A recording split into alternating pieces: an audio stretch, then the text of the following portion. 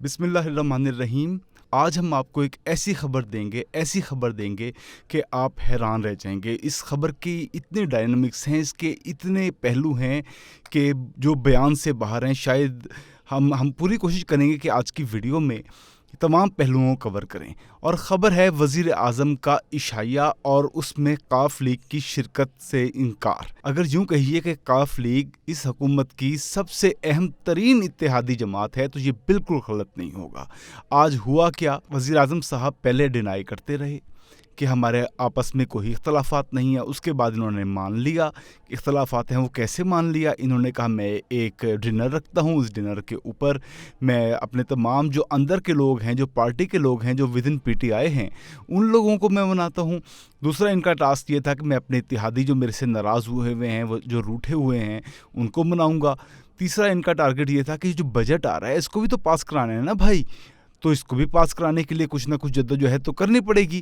تو یہ ٹارگٹس تھے ان کے آج، لیکن پہلے ہی خبریں آنا شروع ہو گئیں کہ قاف لیگ نے صریحاً انکار کر دیا، اور ایم کیو ایم بھی انکاری تھی۔ اس کے علاوہ آپ کو پہلے ہی پتہ ہے بی این پی میگل نے تو پہلے ہی ان سے اتحاد ختم کرنے کا اعلان کر دیا تھا، تو ان جماعتوں نے تو آنا نہیں تھا۔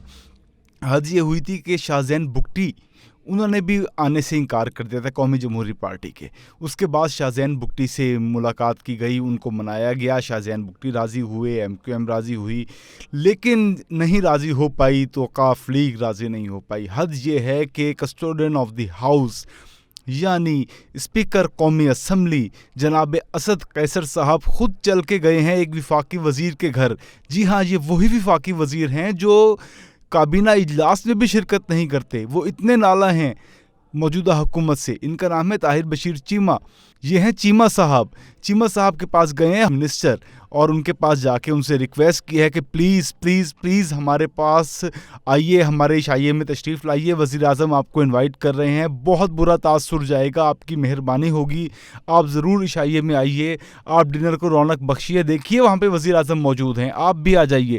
لیکن چیمہ صاحب نے صاف انکار کیا۔ انہوں نے کہا سوری، میں نہیں آؤں گا، کسی طور نہیں آؤں گا۔ انہوں نے پھر ریکویسٹ کی کہ آپ مہربانی کیجئے، آپ چودھری برادران سے بات کیجئے اور آ جائیے۔ فون کیا گیا چودھری برادران کو، رابطہ کیا انہوں نے چودھری شجاعت حسین صاحب سے بھی، چودھری پرویز الہی صاحب سے بھی۔ انہوں نے بھی کہہ دیا کہ بھائی آپ کو عشائیے میں جانے کی کوئی ضرورت نہیں ہے، اور جو ہم نے پہلے ہی ایک بیانیہ دیا ہوا ہے، ایک جھوٹا سا عذر گھڑ رکھا ہے، ایک ہم نے بہانہ کر رکھا ہے کہ ہمارا تو اپنا ایک ڈنر ہے، تو اس وجہ سے ہم نہیں آ سکتے۔ بھائی یہ بتائیے کہ وزیر اعظم بلائے اور لوگ چل کے نہ آئیں، اتحادی چل کے نہ آئیں، اسپیکر پنجاب اسمبلی چل کے نہ آئیں، ایسا ہو سکتا ہے؟ آپ ناراضی کی انتہا دیکھیے حکومت کے ساتھ کس قدر ہے۔ انہوں نے صاف آنے سے انکار کر دیا۔ اس پہ قومی اسمبلی کے اسپیکر جناب اسد قیصر نے ان سے ریکویسٹ کی کہ چیمہ صاحب ایک میری اور ریکویسٹ ہے آپ سے کہ میں نے بھی تو ایک ڈنر رکھا ہوا ہے، میں نے بھی تو آپ کو اس میں پہلے ہی شمولیت کی دعوت دی ہے، اس دن تو آپ کا کوئی ڈنر نہیں ہوگا، آپ کائنڈلی اس میں تشریف لے آئیے گا، آپ کی مہربانی، آپ اس میں تو آنے سے راضی نہیں ہو رہے اس بات پہ کہ آپ اس ڈنر میں آئیے جو وزیر اعظم عمران خان دے رہے ہیں۔ اس پہ چیمہ صاحب نے کچھ سوچا، اور سوچنے کے بعد ہماری اطلاعات یہ ہیں کہ انہوں نے پھر دوبارہ چودھری برادران سے رابطہ کیا، اور رابطہ کرنے کے بعد وہ اس نتیجے پہ پہنچے کہ انہیں ضرور اسپیکر قومی اسمبلی کے ڈنر میں جانا ہے۔ اب دیکھیے یہ بہت ٹیکنیکل پوائنٹ ہے۔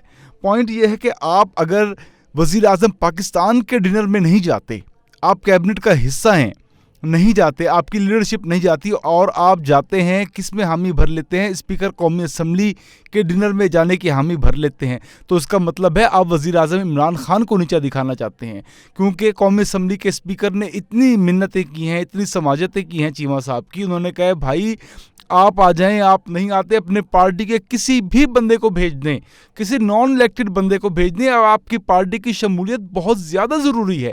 لیکن انہوں نے صاف انکار کر دیا۔ انہوں نے کہا ہماری پارٹی کا کوئی بندہ بھی نہیں جائے گا، سی کیٹیگری کی، ڈی کیٹیگری کی لیڈرشپ تو کیا، ہم تو کسی چیمہ صاحب نے آنے سے انکار کیا، بلکہ انہوں نے کہا ہے ہم تو اپنی C D E F category کی لیڈرشپ تو کیا، ہم تو کسی کارکن کو بھی نہیں بھیجیں گے۔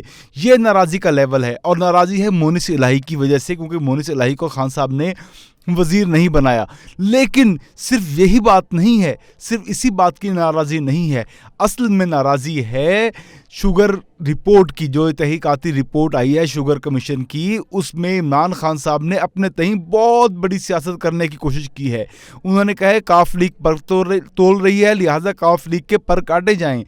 انہوں نے جہانگیر ترین کے خلاف تحقیقات کرنی تھی, خسرو بختیار کے خلاف تحقیقات کرنی تھی, اور ان لوگوں کے خلاف تحقیقات کرنی تھی جن کی ملز نے ان کے دور میں سبسڈی لی.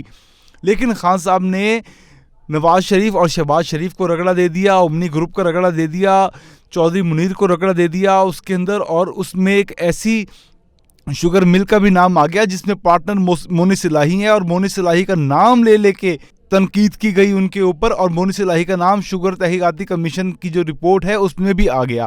یہ ان کے لیے بہت سبکی کا باعث تھا. یہاں پہ پرویز الہی اور چودھری شجاعت حسین نے فیصلہ کیا کہ اب بہت ہو گیا ہمارے ساتھ, اب بس ہو گئی ہے ہماری, اب انسلٹ کی انتہا ہے. ہم پہلے ان کی انسلٹ کریں گے, ہم خان صاحب کی انسلٹ کریں گے, صرف پی ٹی آئی کی نہیں.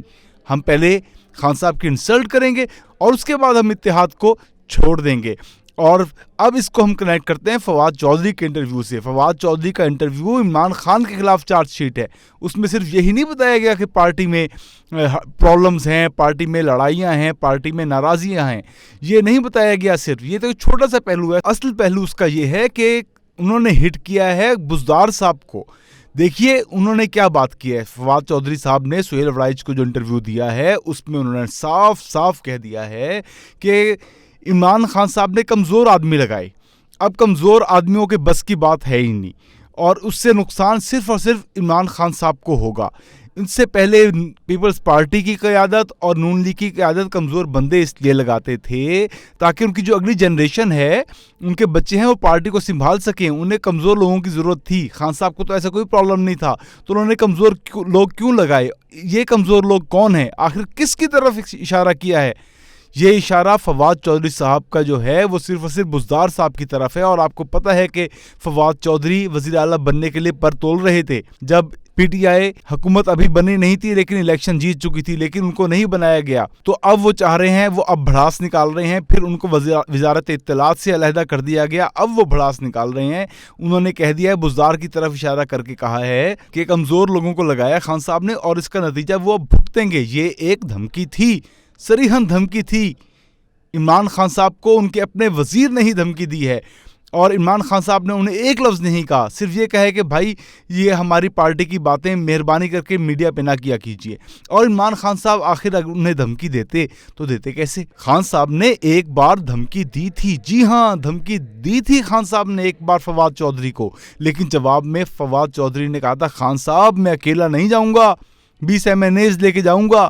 آپ کی تو حکومت چند ایم این ایز پہ کھڑی ہے, چند سیٹس پہ کھڑی ہے, چند بندوں پہ کھڑی ہے, چند اراکین قومی اسمبلی پہ کھڑی ہے. سرکار میں 20 لے جاؤں گا, آپ کی حکومت گر جائے گی. اور اہم بات یہ ہے کہ فواد چودھری اور چودھری برادران, ان دونوں کا جو تعلق ہے وہ بڑے گھر سے ہے. جی ہاں میں اشارہ کر رہا ہوں بڑے گھر سے, یعنی پنڈی سے تعلق ہے. اب جو یہ کام کر رہے ہیں وہ کسی نہ کسی کے اشارے پہ تو کر رہے ہیں. یقیناً پنڈی والوں نے انہیں اشارہ کیا ہوگا, لگتا تو ایسے ہی ہے. اب دیکھیے بات یہ ہے کہ پنڈی والوں نے انہیں اشارہ کیوں کیا.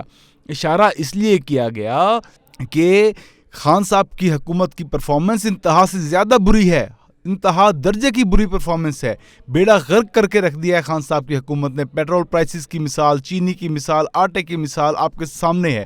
ایک بحران سے نکلتے ہیں, دوسرے بحران میں پھنس جاتے ہیں. اب ان کو لانے والے, ان کے سلیکٹرز جو ہیں وہ شدید نالہ ہیں ان سے. اب وہ ان سے جان چھڑانا چاہتے ہیں, لیکن مسئلہ یہ ہے کہ کوئی ان کو کاندھا دینے کو تیار نہیں, نہ ہی پیپلز پارٹی اور نہ ہی نون لیگ. یہ بات فواد چودھری نے جو پہلے اشارہ کیا تھا کہ ہمارے علاوہ کوئی آپشن نہیں, اس کا جواب خواجہ سعد رفیق اور خواجہ آصف نے آن دی فلور آف دی ہاؤس دیا. انہوں نے کہا ہم آپشنز ہیں اسٹیبلشمنٹ کے پاس, اور وہ ہیں ہماری صورت میں, لیکن سوری ہم اویلیبل نہیں ہیں, ہمارا کاندھا اویلیبل نہیں ہے. ان ہاؤس چینج لائی جائے, عمران خان کو ہٹایا جائے, یا